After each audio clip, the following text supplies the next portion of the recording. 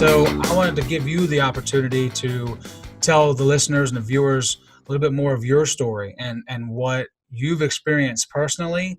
And then if you can bring that back around to help other people kind of maybe if they're in the same situation, get through it. What has helped you get through some of the depression and anxiety that you've talked about in the past. I think it would be an absolutely great opportunity to not just, reflect on your story, but also maybe help some others. Oh, for sure, for sure.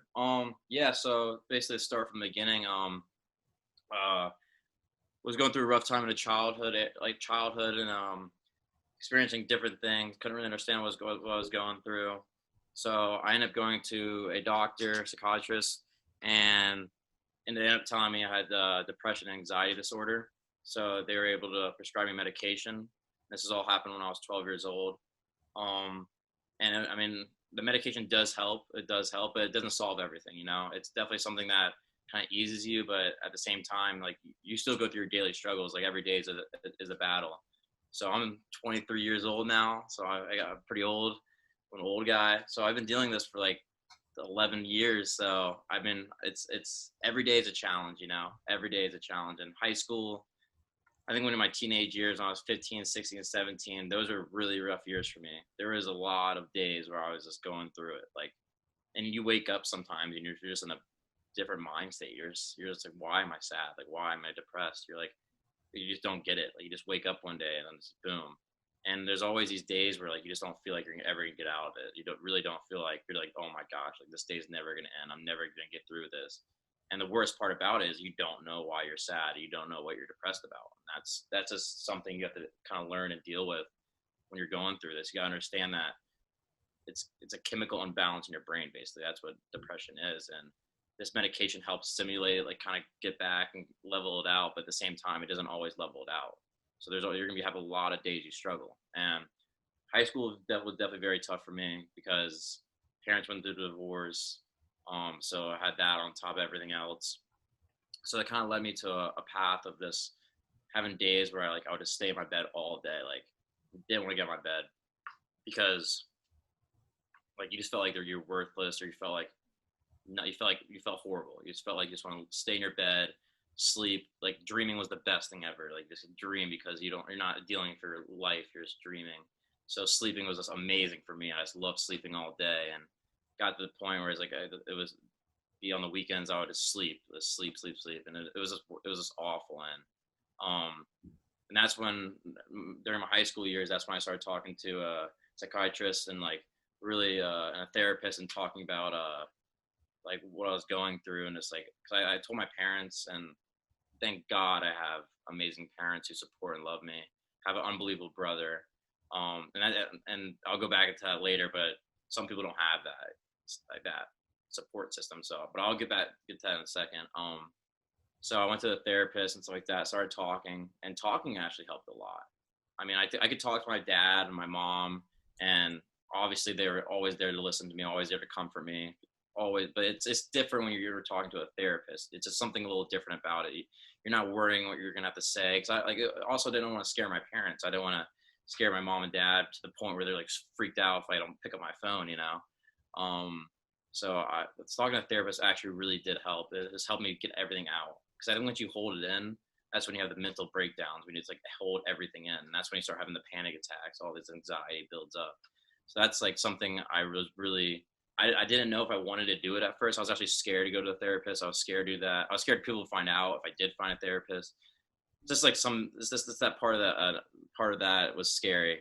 But once I did that, it started really helping me. I was able to talk out my feelings and what I was going through.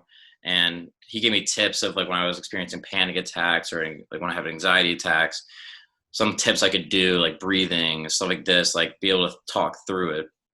So it was really helpful. I started talking to him once a week during high school. And so throughout high school, obviously I would still have my daily challenges.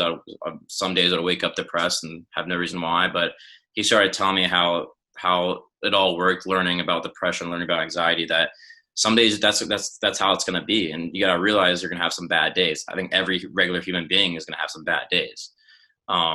You just got to realize that it's one bad day or it's two bad days, but there's going to be a good day. There's going to be something coming up in the horizon that's going to make it a good day. Um, and then I got to college, and sophomore year when I was here at Lynchburg, sophomore year, I had an ankle injury before the season. And so I was out for the whole season. I was basically trying to get surgery for it. And so I went home for Thanksgiving. It was Thanksgiving break. Yeah, so a lot of the basketball team was here for playing wise, but I was able to go home because I wasn't playing. So coach was like, "Yeah, take it off." And I did something really dumb where I went off my medication. I said, "I don't need my medication anymore. Like, I don't need it. Like, I'm fine. Like I feel great. Whatever. Blah blah blah." And so at that point, I was off my medication for a week. I went cold turkey off my medication. And so I was at home for Thanksgiving, and I started having these horrible panic attacks, like left to right. Like it was just like every minute I just like, it got to the point where my body was shaking. I couldn't stop it. Like I was freaking out. And it got to the point where I felt like I was having a heart attack. I just felt like I was dying. So I actually ended up calling 911, and an ambulance came.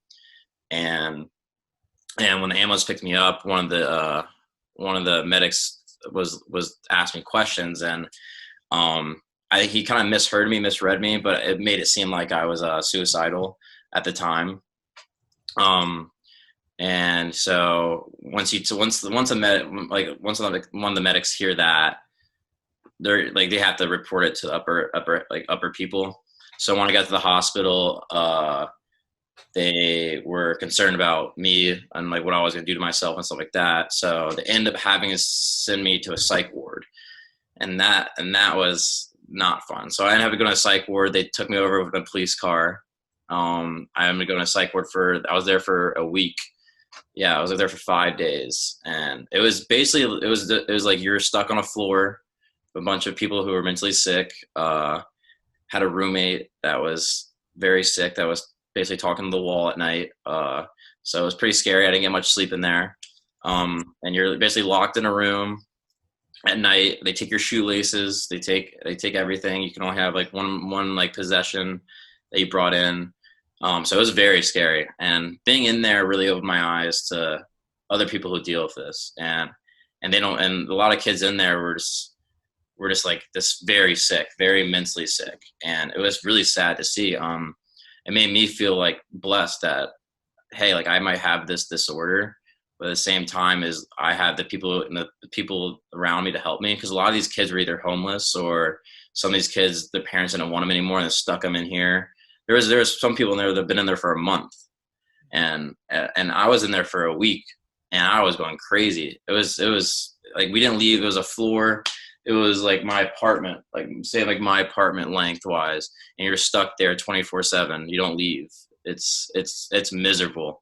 It's a horrible time. And I think once I went through that, I mean, I got to see my parents 1 hour a day. It was like in jail when you go through the glass and you can see your parents. It was like that basically. And you got to see them 1 hour a day. And there were a lot of crying, a lot of we're gonna get you out of here, stuff like that. And I think this really opened my eyes to what other people experience, not just myself, because I'm definitely not alone.